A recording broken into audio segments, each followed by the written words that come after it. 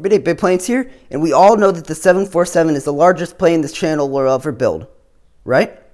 Actually, no. In the last few days, I have been considering something even larger. Now, I know you're probably wondering, you haven't even built the 787 yet. What are you already thinking about? Well, lately in the comment section, I've been getting a lot of people that said, you should build an A380. Now, I think you can see where this is going here. And I said, well, no, that thing's just way too big. It's a massive plane. It's even bigger than the 747, which is already a huge plane. And I got thinking that how cool it would be to actually have an A380. So I sort of looked around and said, how can I make this possible? Because I know a lot of you want to see Airbus planes get built, and most of my planes are Boeing, I'm not going to lie, because I do have more experience with the Boeing airplanes and know more about them.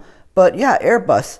I want to build an Airbus, and the A380 is probably one of the most iconic Airbus aircraft in the world. It's one of the most iconic airplanes in the world in the last decade or two, because it is just so obnoxiously huge. Sorry, tongue twister there. But how am I going to build this thing? So over here, you can see 3 large gray bombers, and these are the triad, the B-52 Stratofortress, the B-2 Spirit, and the B-1B Lancer. Now, the thing that makes these planes sort of interesting is that they don't get that many views on YouTube, and I don't make very many videos about them.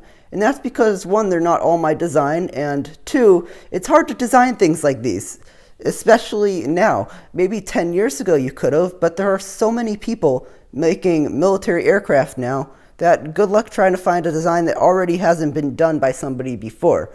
It's getting more challenging, especially for some of the more famous aircraft like the B-24, the B-29, the B-52, the B-2, and yes, the B-17. That thing's been done so many times before, and all the good techniques are down the drain. So what am I going to do? I plan on actually making storage containers for this aircraft, this one, and that one, so I could store them under the table over here, which will clear up, and I am going to relocate those two, so don't worry, which will clear up this whole table here. And what I'll do at that point is that I'll probably take, by then, what should be complete, the 787, and it's going to be a decently large aircraft. I will move it over here to right here, sort of this area. Then I'll move the 737 in Constellation over here, and that'll leave a little bit of room back here for maybe the 727 or the 707, which will eventually cross at the time it comes, or maybe a Concorde. But that leaves a huge space, huge swath of openness right here for the A380. And yes, it will go right next to the 747, so we'll have 2 jumbos sitting right here. And no, this will not be done tomorrow. It will not be done anytime soon. I still need to build a space shuttle, but I do want to let you all know that yes, it's possible, and yes, I am planning on doing it. So I want to keep this video relatively short in order to go over some of the key points of how I plan on doing the A380. So that's all I really have for this one. Please let me know what you guys think in the comment section below about a LEGO A380 in this collection. So that's all I have for this video, and bye for now.